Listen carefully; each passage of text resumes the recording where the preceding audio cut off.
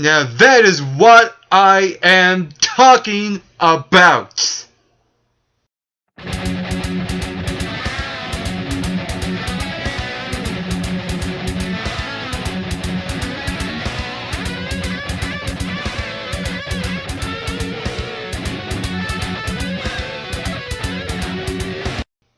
Hey, and hey, what's up and how's it going, all MRBers? I am Mike McGrath, and I'm one half of the MRB Wrestling Review Show, and wow, that's all I have to say is wow. That was an excellent show last night.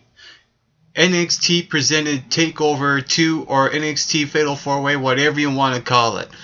And wow, to me, it feels like this was a great show with a few nitpicks, because every show always comes with its nitpicks. That's no question about it. But how the show was presented was tremendous. The priorities on this show was well done. Everything about this show was that damn good. I like the video packages that were involved, the matches, which I'll get into later on. There is a lot of things. There is something for everyone on the show. You even had some comedy, you had some drama, you had good and great matches on the show.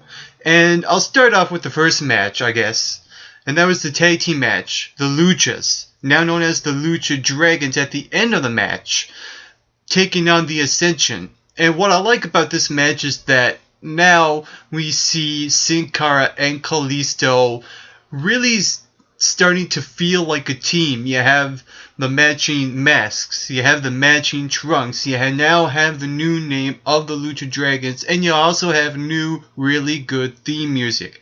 This looks good, this feels good, and I think that it was a smart decision for NXT to put the titles on the Lucha Dragons. Because why even have the tournament when you're not going to give Sin Cara and Kalisto the championships? That would mean that the tournament was all for nothing. So I think that was a smart decision on the part of NXT to have them win the titles. As far as how they won it, it was okay. I thought it was a solid match. I think it could have went on maybe just a little bit longer. But like I said, it was a smart decision for NXT to have the Luchas win this match. As far as the Ascension goes, I think it won't be long now until they do come up on Raw and SmackDown and to make their debut. So hopefully soon we'll see them on that show. And also, tying into another thing that happened on the show, you also had Kenta make his debut. Now he has a new name. I totally forget what it is. But what happened was that of all people to come out and make Kenta look good, the Ascension, to me, I didn't find that very believable. I mean, Kenta took out the Ascension. Two big guys, one small guy took out two big guys. To me, that didn't really feel believable because it made the Ascension look weak here. And I think that it was a terrible decision to have, of all people, the Ascension to come out and make Kenta look good. You could have thrown out anyone. You could have thrown out CJ Parker, which I'll get to later on, or anyone else to make Kenta look good, just not the Ascension, because they just came off a loss, and then let's just have them and their segment and their match there and not have the Ascension to do with anything else on the show. I thought that was not that good and not a smart decision. So like I said, even though this was a great show, this does have a few nitpicks. One match in particular I was really interested in was the next match that happened on the show, and that was CJ Parker taking on Baron Corbin. And this all came about when William Regal said that CJ Parker, you will have a match, but you're not going to know who your opponent is. To me, the psychology was off here because you already had Baron Corbin in the ring when CJ Parker came out. And to me, if this would have came across a lot better if Baron Corbin came out with his new music and his new attire and his new look, his new gimmick, whatever it could be, whatever the potential is there, because I do see it. So with that said, I think that this would have came across a lot better if you had Baron Corbin come out second instead of CJ Parker knowing who his opponent is. You have him don't know until he comes out. To me, it's just wrestling logic 101. But I like this jobber squash match, and if you're going to do a jobber squash match, you don't throw in any of the bullshit that you do in a jobber squash match. All it was a throwdown, a punch, and a finisher. That's all you needed. Move along, get out of the way.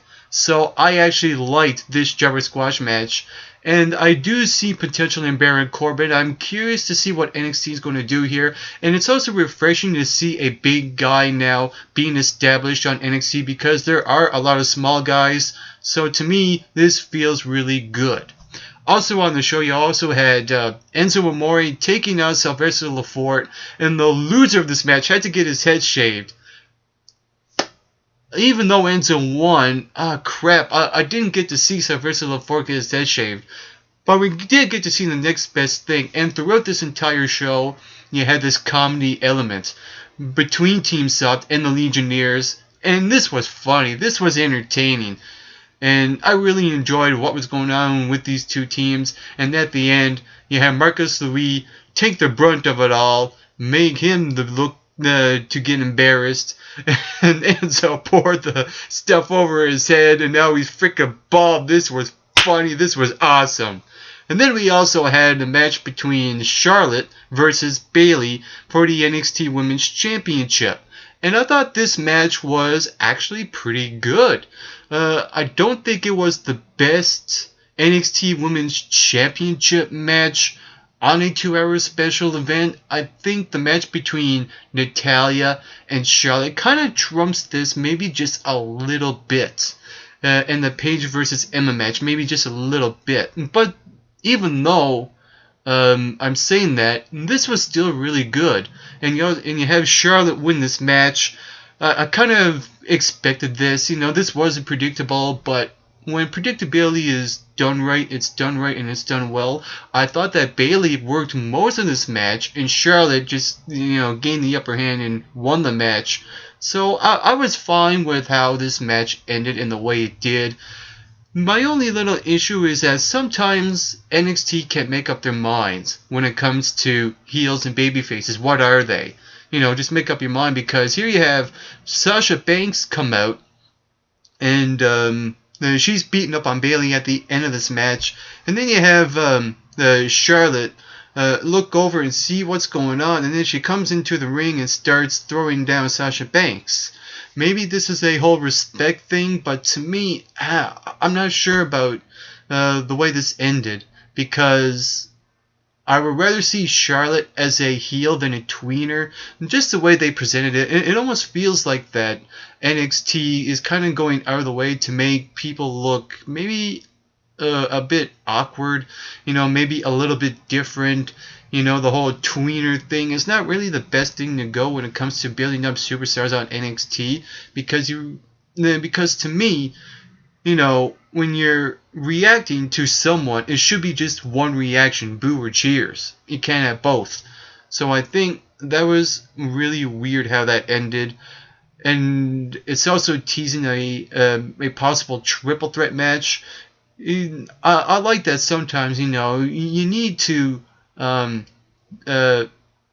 bring in the audience and make them wanting for more. And even though they've done that, I'm not sure if I agree with Charlotte being the one to take down take down Sasha Banks after the match. I thought that was really weird. So overall, to me, this was a hit and miss. It was a good match between two good women's wrestlers, but the ending after the match, I'm still not quite sure what to think of it as of right now. And you also had the Mojo Rawley versus Bull Dempsey match, a match that I didn't really quite care about, nor did I care about this match at all. I just couldn't find anything that I really liked about this match, other than Bull Dempsey going over Mojo Rawley. It just seems like now that the NXT universe or fans or whatever you want to call them has moved on with Mojo Rawley, and now they want to cheer Bull Dempsey. Make this guy a babyface, and maybe, just maybe, you could turn Mojo as a heel. That way that the fans can get behind him as a heel instead of a babyface. I mean, I really didn't like this match at all. And it's not that this was a bad match. I don't think it was. It was an okay match. It was just that there was no real story or hype involved going on with Mojo and Bull. I don't know. What do you think? But moving on, I'm just going to go right to the main event of the show. And it was Tyler Breeze, Tyson Kidd, Sami Zayn, Adrian Neville, fatal 4-way match for the NXT Championship. This match got a lot of time on the show, more time than any match on the show. And this match not only felt like a main event, this could end up being the match of the night, and it was. And not only that, this could end up being the match of the year. This was damn good. This felt like a main event. There was high-paced, fast action in this match. I like how everyone got their moment. Tyler Breeze got his moment in. Tyson Kidd got his moment in. Sami Zayn got his moment in. And so did Adrian Neville. All 4 guys done a really good damn job in delivering this match. They were doing a lot of things, a lot of big spots, a lot of drama, a lot of suspense, a lot of near falls. This was fantastic. I mean, I can't even nitpick this main event at all. This is almost a perfect match in my opinion because how it was presented. This felt like a fatal 4-way. This felt like an NXT Championship match. This felt like the match on the show. This was great. And overall, I would rank NXT Takeover, Fatal 4-Way or 2, whatever you want to call it, a definite 9 out of 10. And if you saw Takeover 2, what did you think about it? Comment below, let me know. While you're at it, you can hit that subscribe button down below this video. You can even follow MRB Wrestling on Twitter, and you can like us on Facebook at the Make Rocket Bolt Wrestling Review Show. And before I sign off, I just want to take the time now to say that this is going to be my last video for a very long time. So, I'm not sure when I'll be back. Hopefully, I'll be back soon. Maybe, hopefully, before the end of this year. So, with that said, get plenty of rest and always do your best.